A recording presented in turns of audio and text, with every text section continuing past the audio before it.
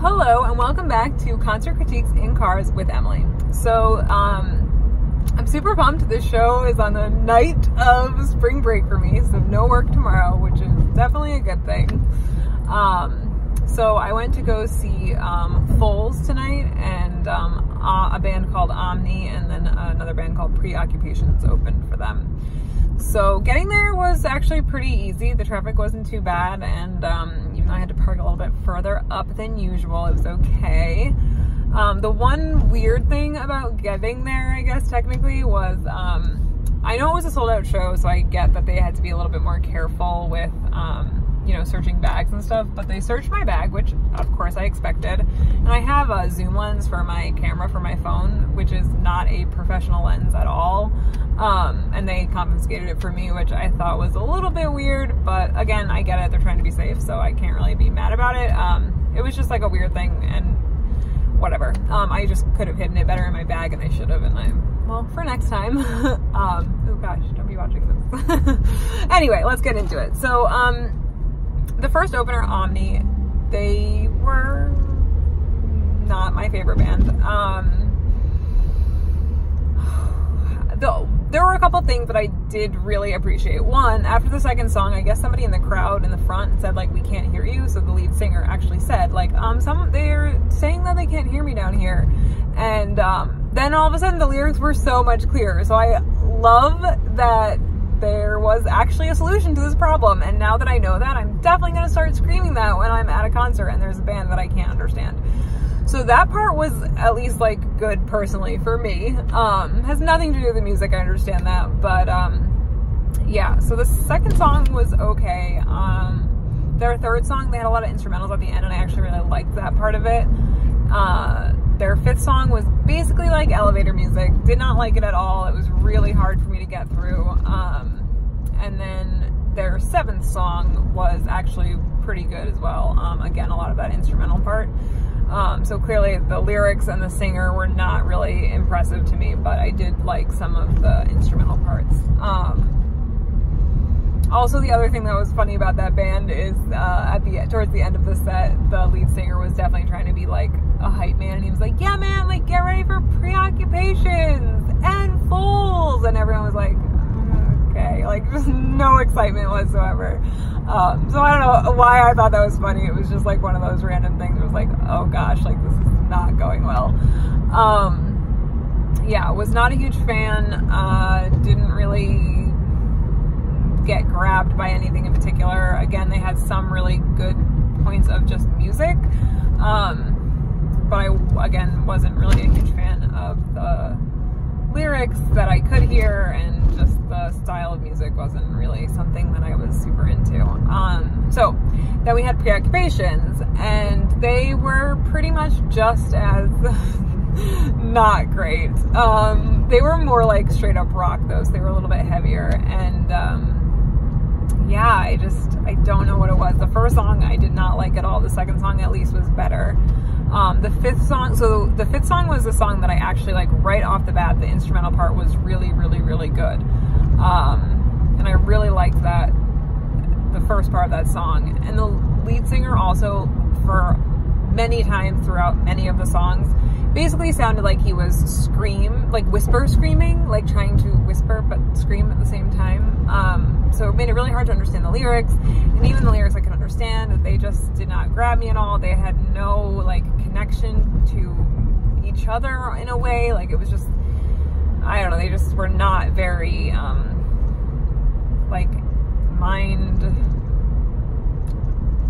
they just weren't very interesting. I feel terrible, like I'm getting such a bad review. But anyway, the fifth song had really, really, really good music, and I was like so excited because I was like, all right, like this is my turnaround. Like this actually grabbed my attention after not being grabbed for the past like 2 sets. And then of course, so they like kind of get jammy at the end of the song, and they're just like playing and playing and playing. And then all of a sudden I'm like, why is the guitarist and the drummer just playing the same like 5 notes over and over and over and over and over and over and over and over again? And I was like, all right, I'm out. Like this is just too much.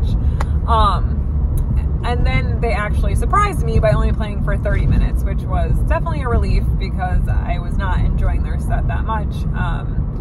And, you know, the few moments I was enjoying were then somehow either ruined by him singing or were just like taken too far and repetitive, and it just, I don't know, the openers were definitely a disappointment.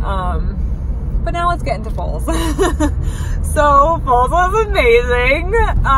They opened with a newer song from their newest album. I was really excited about that.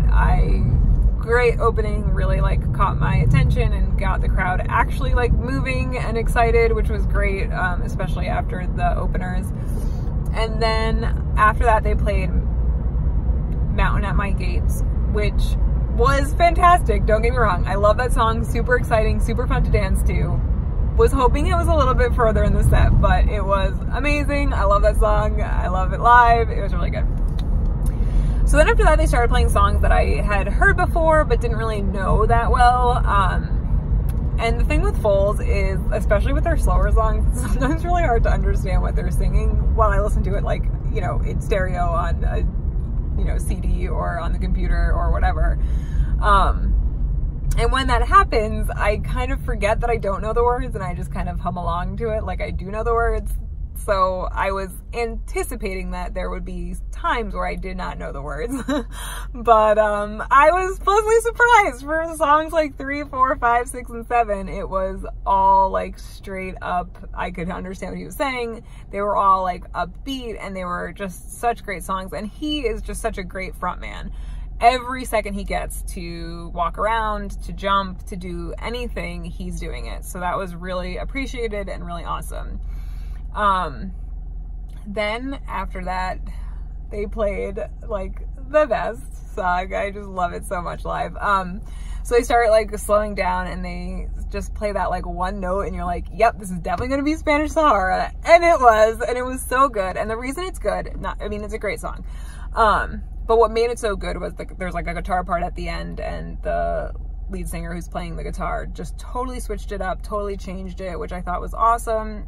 Didn't really change it, but just played it in such a way that it was subtly changed.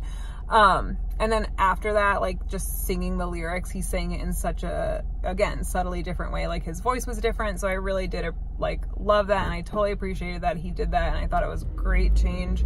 And it makes the song so fun to see live, and it makes me want to go see them again, because now next time I want to see if it's the same like subtle changes or if they do something a little bit different.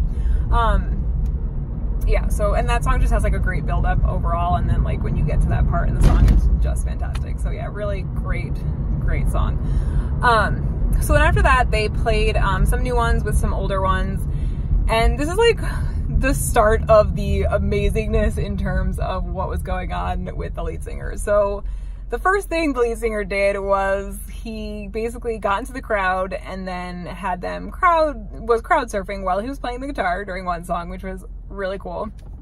And then kind of right before they went off for the encore, he got off the stage with the guitar, was like while the song was at like a point of jamming, and he went from one side of the stage, went back behind the crowd in the crowd, and then walked back to the front to the other side of the stage. So again, just those like fun interactive things really make such a difference. And they played a lot of like a mix of newer and older songs towards the end, and it was really again a great mix. Songs I didn't know, I was super excited about because they were so poppy. There was one like dancey song that was just like so fantastic, and it was so fun. The only like lull in the set was right after Spanish Sahara. It was just like the first maybe like 2 verses of the song were just not very catching to me. But then by the time they got to the bridge, it was actually like really like very dancey and really like energetic. So, you know, again, to only have half of a song and not pull me in, pretty good about that. Then let's get to the encore, because the encore was pretty fantastic and just super great. So the first song in the encore was a song that I should have known.